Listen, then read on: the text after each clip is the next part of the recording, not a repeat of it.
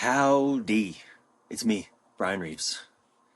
I'm recording this episode of my Men This Way podcast, which might be undergoing a name change before too long.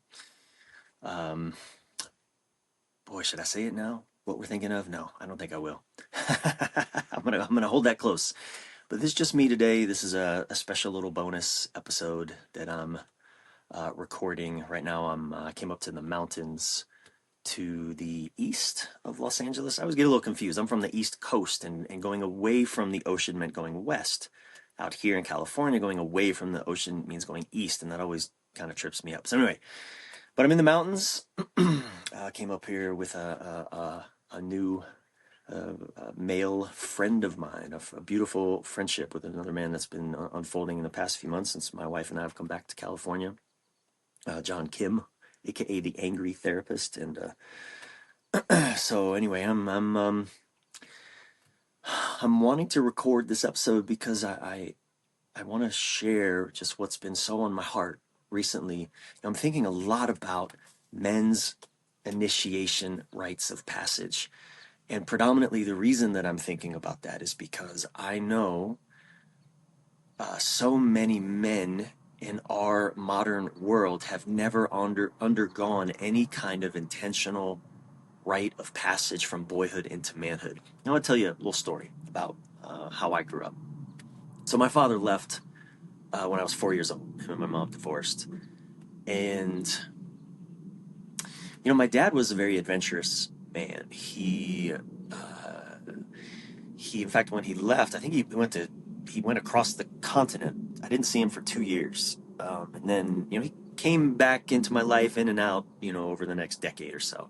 But he was very adventurous, and especially, he was very much an explorer. I mean, even in my teen years, he would take me on these trips out west. We'd in a van that he had. We'd go to a Hopi Indian reservation in Arizona. Met with a medicine man there many years ago. We went to the Badlands up in the Dakotas, just traveling through. I remember bathing in I think the Snake River in Montana, outside of Jackson. Anyway, he was a very adventurous man, and he was exploring different religions. He even experimented with like Islam and Judaism, and so he was very adventurous, and I really am grateful for that. He gave me the gift of a curious mind in many ways. But he would say this thing. I'm a teenager, and I would I would ask him these big questions. He was exploring the occult and metaphysics and like psychic. I don't know, reading people's minds and being able to, we'd be driving on the highway, and he would kind of use his hand to sort of scan, feel the energy of like police beyond sight. Like, were there any cops on the road? He would use his hands to feel that out. He was into past life regression things. And anyway, I would ask him a lot of questions, and I'd had these questions that were kind of like, Dad, when will I know? When will I know who I was in a past life? Or when do you think I'll be able to astral travel or have out of body experiences? And he would always say this thing. He would say, son, when you're ready, when the time is right. And I was like, oh, okay, wow. It like gave me something to look forward to. It was very exciting, actually. And he would say that over the years, and it kind of pissed me off, but it was kind of like, well, fine. I'm 15. Sure, I guess I'm not ready. Uh, you know, so much so, one day I read a book called Initiation, about a woman's past life regression experience, believing she was, this whole memory she had of being an ancient Egyptian priestess or something. And anyway, it was fascinating and interesting, and I decided, well, it's time for me to initiate myself. I was probably 17, maybe 19, maybe I was already at college. I don't remember exactly. But I told my dad and my stepmom, who was, his I don't know, metaphysical muse in many ways. She's like the oracle in the movie The Matrix. And she also really helped open my mind to ask bigger questions about the world, about life.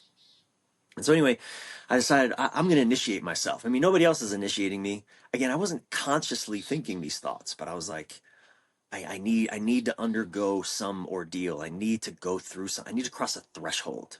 Is really what I was clamoring for. And my dad wasn't offering it. Nobody was offering it.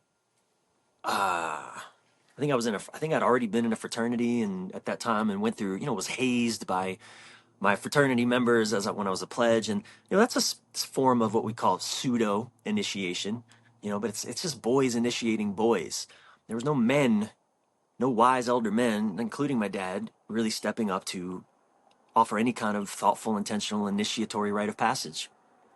So on some level, I instinctively knew, well, I better just take it upon myself. And so I had them drive me to a cave in Louisiana. No, no, no, no, sorry, in Kentucky, outside of Louisville, Kentucky. This cave that was more like a man-made rock quarry carved out of the side of a like a big hill. And it went, 2 miles. You could drive 2 miles into this cave. So I had them drive me about, maybe a good half mile, a mile into this cave. It was dark because it's a cave. And you could drive into it. I was gated up and everything, but um, somehow they had access. Anyway, they dropped me off. I was going to stay there for 3 days, probably 2 nights, 3 days. And they dropped me off, with a lot of excitement and trepidation. I remember I took like grapes. Um, I took grapes, I took candles, I don't know, I think I took some magazines. I had no idea what I was doing. And my dad didn't give me any guidance, you know? And so anyway, I think after like maybe 10 hours, maybe a day, I was so bored out of my damn mind. I was expecting, I don't know, to see apparitions or ghosts or be visited by spirits. I don't know. I just knew I needed to cross a threshold. And I just got so bored. And so I ended up, gathering my shit, walking towards the entrance of the cave. Now, they had driven 3 hours to drop me off. They weren't due to come back for a couple days. But as it turns out, when I walked to the entrance of the cave, you know what? They were waiting there for me. I guess my stepmom had a hit that she knew that on some level, this is that motherly maternal protection thing. I don't know, but she knew that that this wasn't on some level. I don't know. She just knew that I'd be there, and I was done. And so, I got in the car and we drove home and we marveled at how they knew I was going to be there, and not 2 days from now, but right in that moment. And yeah, tripped out on that ever since. But bottom line is, my dad would always tell me, that when you're ready, when the time is right, right? Like all will be revealed. And, the thing is that day never came. It never, ever, ever came. Certainly not Certainly not with him as witness. I'm 50. I went to visit him last year. I think I had no, I must have just turned 49. And I went to visit him. I hadn't seen him in a number of years. And he was still telling me I'm not ready on some level. I mean, he even used the words. I don't want to go into the full story of my visit with him, but he even used the words, "You're not ready." And I remember asking him, ready for what? Like, dude, I'm fucking 50. What am I not ready for? Again, he's still exploring, all of this occult and past life stuff. And he has this big, big idea, big mission about, his role in the world, all this stuff. It's a kind of spiritual fundamentalism, you could say. And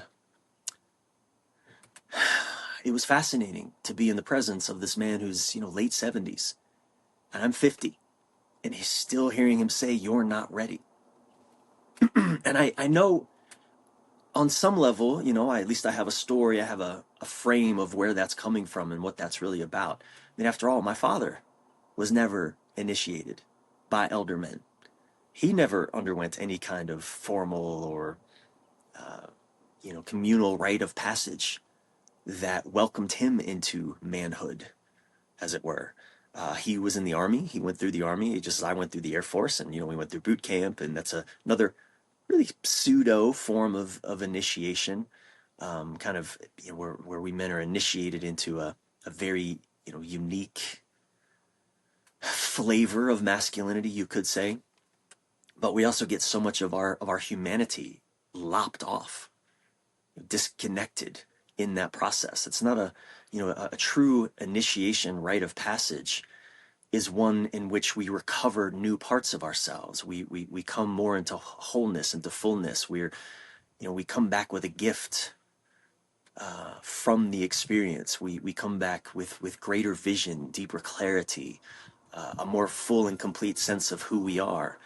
And the military doesn't really do that. The military kind of, I mean, it gives you an identity, but it's not necessarily an authentic identity connected to your soul.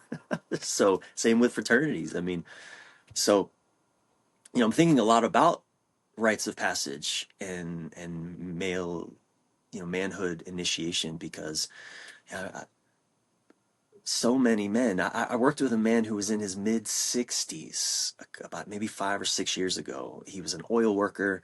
By oil worker, I mean Texas oil businessman. He owned an oil industry parts business, had been married 40 plus years, um, had birthed. I mean, he had grandchildren. His kids were all grown up. He had businesses. He had that business. He had, I think, at least 2 homes. Like he was crushing it in life, from the outside looking in. Of course, his marriage was, uh, his wife had left him. He was recovering from that after 40 plus years together. And I'll never forget, maybe a couple months into our work together, he said something to me. I can still hear his voice. He said, Bryan, despite everything I've achieved and accomplished, the truth is, I have never really felt like a man. And mind you, I'm probably 44 or 45 at the time, and this guy is in his mid 60s. So to me, is an elder. And telling me, he's working with me, paying me to coach him, to work with him, and to help him find his way and navigate his way essentially into his authentic expression of mature manhood, because nobody had ever shown him the way.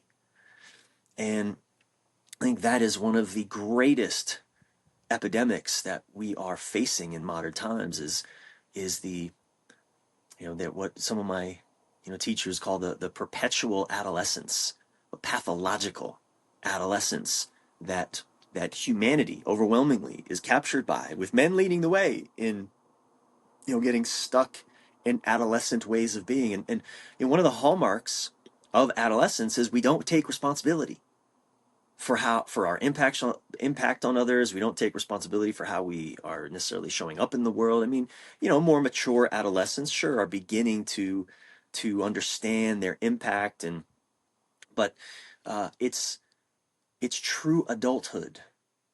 It's true psychological adulthood within which we learn to take full responsibility, full ownership of how we impact the world around us, of how our language. I remember, in my 20s and 30s, before I was really doing any of this kind of work, in my relationships, I remember wanting to argue with my girlfriends at the time. I mean, I'm sure I had this argument with every single girlfriend, not wanting them to take my words seriously. Don't take me so literally, even like, why put a label on us? That whole thing.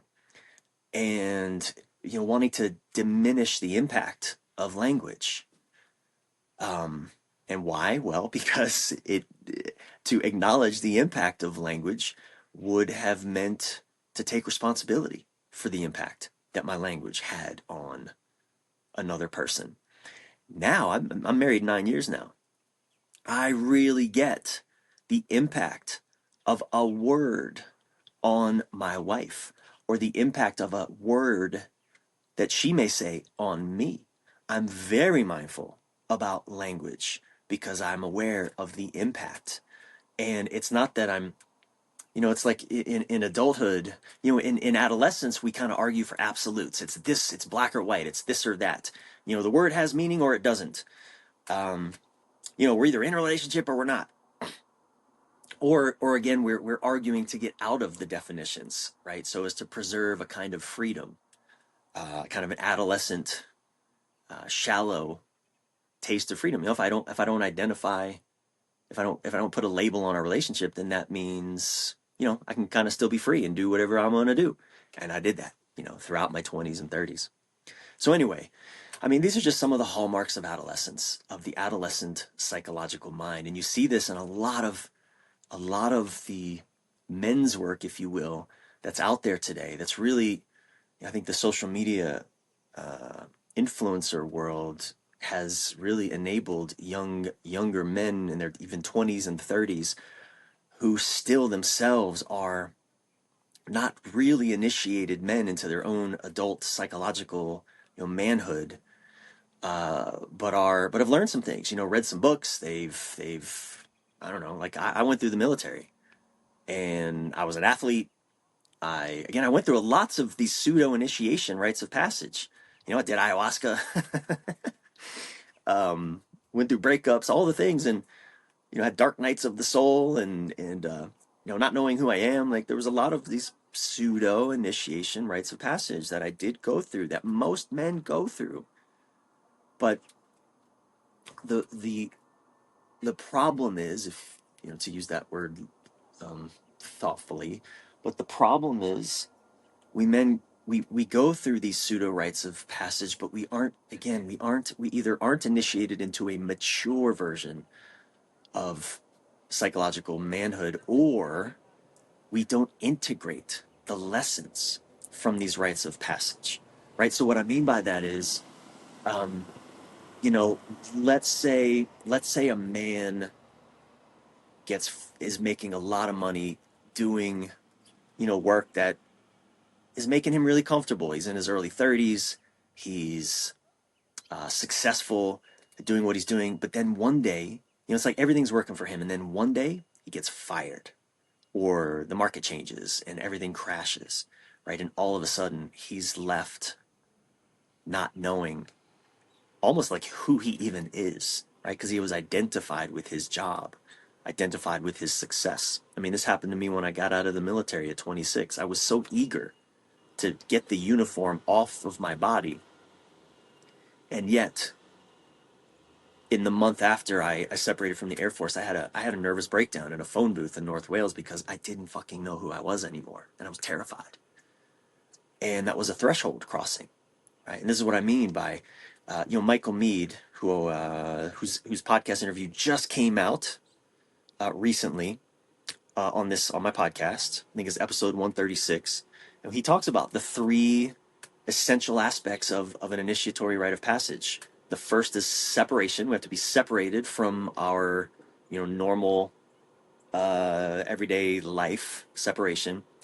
And just real quick, hopefully I'm sitting outside on a patio, and hopefully, using this mic, um, you're not hearing too much background noise. I really hope so.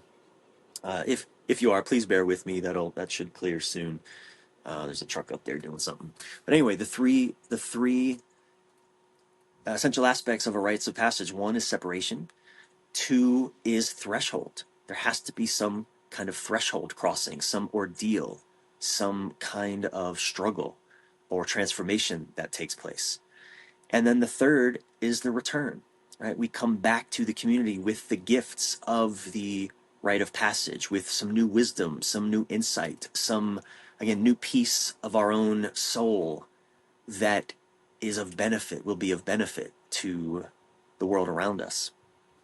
And, just like when I got out of the military, I crossed the threshold, just like when a man maybe loses a job or goes through a breakup, or, just has some, or, hits bottom in a, in an addiction experience. And he gets thrust out of the comfort of his regular life, um, into a very uncomfortable chasm, an emptiness, a what the fuck, who am I? What is happening here? How do I fix this? How do I get over this? And he has to put the parts of himself back together. Again, that is a threshold crossing. But a lot of men, we don't get the lessons from that because we don't have ritual elders helping to guide us, helping to steward us into the, the gifts of that experience. It took me years after getting out of the military to make sense of what the fuck had happened. I mean, years. Um, I was broken. I was disoriented. I was angry. Like just so much was happening for me that I was a mess.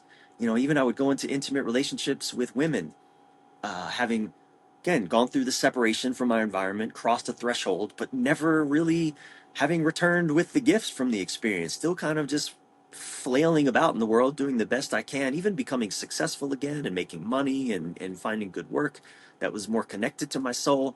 But in my intimate relationships, I was a disaster. I was a disaster. I actually, I would turn intimate relationships into the containers of initiation. It's like I forced these women to become stewards of my ongoing, endless initiation process into manhood. And I remember one girlfriend in my early 30s giving me this feedback. It was not kind. It was not helpful. And it was actually even a little cruel. But she would say, "You're not a boy. I mean, sorry, you're not a man. You're just a boy." And it was so fucking hurtful. And she was so fucking right. Now, again, it wasn't her place to be my ritual steward, right? My rite of passage steward. And yet, this is the case for so many men. We turn our relationships unconsciously, unwittingly, because we don't have other men surrounding us. We don't have other men challenging us in respectful ways. We don't have any other men stewarding, being stewards, being thoughtful, um, wise, supportive, and challenging stewards of our pathway into a mature, responsible manhood. If anything, most of us men are surrounded by other men who just enable our adolescent impulses, and whose advice and support just sounds like adolescent silliness. You're having a problem in your relationship, man. Yeah, bitches, man. God, women, they're so crazy. You can't trust them. You can't, man. You just need to take care of yourself. It's like they have your back, but they don't have your relationships back. And again, because these men are not initiated either, they are not themselves functioning fully from a healthy, full adult, psychologically adult manhood. So, anyway, I'm thinking a lot about this right now. It's just deep in my heart. Also, because I'm for the last 4 years I've been uh, working with men in a year of initiatory rites of passage in my Elevate annual program and my year-long Elevate program. And this year, Elevate 2025 is coming up in January. And I'm hoping that we get to do this again this year. There's every year we get anything from 50 to 100 applicants, and this year we've had interest from about 50 guys. And um, we're still hoping to enroll men that really want to go on this journey. And I'm hopeful that we'll we'll get to assemble that group to go through this profound deep dive experience of men holding each other accountable, and of witnessing each other, celebrating each other, supporting each other, and challenging each other. It's a rich experience. And if you're a man that also feels like that the day of initiation never came for you, whether your father gave you a promise that one day it'll happen, as mine did, and it just never came, or maybe you were never given that promise. Maybe your dad,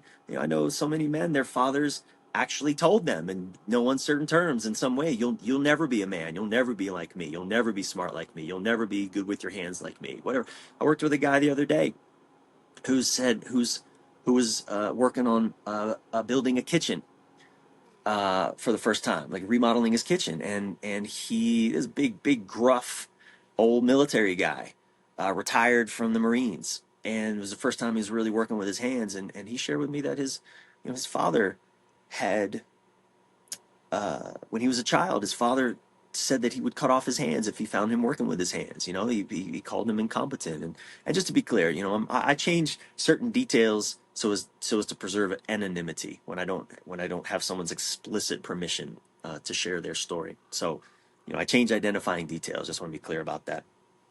Um, but but the point is, so many men have had their manhood squashed by their dads including even into old age. Like my father, he's 77, I'm 50, and he's still telling me I'm not ready. What? So yeah, we had a big falling out that weekend. We pretty much haven't spoken in the last 2 years since. We didn't have much of a relationship before that, so it's not been a major adjustment. If anything, it's for me, it's been a full on acknowledgement of what actually has been true for 25 years.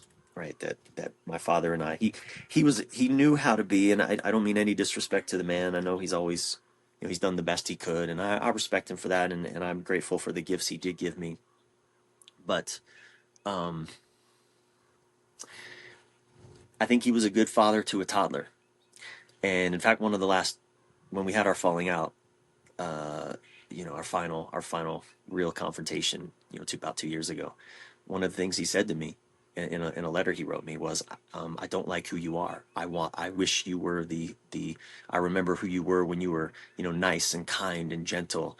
And, just basically what he was saying is, when you just agreed with me all the time, it's like he was a good father to a toddler, to a boy who looked up to him. And I'm a man now, and I would never disrespect him. And if I did, I'd apologize immediately.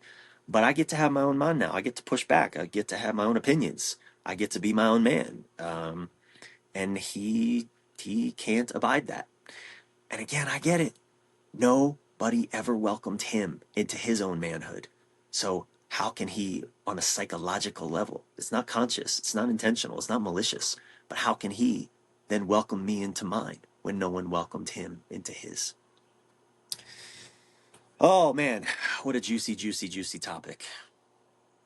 So, yeah, if you want to do deep work, if you are feeling that call, right? If maybe you've achieved all the success you ever set out to, or maybe you're still on the path to do so, still trying to figure things out. But on some level, you feel like, man, nobody ever really initiated me into my own manhood as well. I've been seeking, a lot of men, we seek our validation from women. We look to women to tell us that we are good men. It's not their place. That's not sustainable. The moment a woman has an upset, we're going to take that personal if we think that her being happy and pleased with us is the definition of our manhood. The wrong place to look for it. And guaranteed to fail and to frustrate. So reach out to me. You can email me at Bryan with a Y, Bryan with a Y, at bryanreeves.com. Go to bryanreeves.com/elevate to learn about Elevate, our annual program, and to apply. And I would really love to hear, your experience of your journey of manhood. Where do you feel like you are on that journey? Um, what do you feel like has been missing from your journey? Have you had wise elders or elder uh, stewarding your journey, or at least someone you could really go talk to? Um, or if they were there, do you go talk to them regularly, or are you, similar to me? Have you suffered a starvation of elders? Right? Are you elder starved?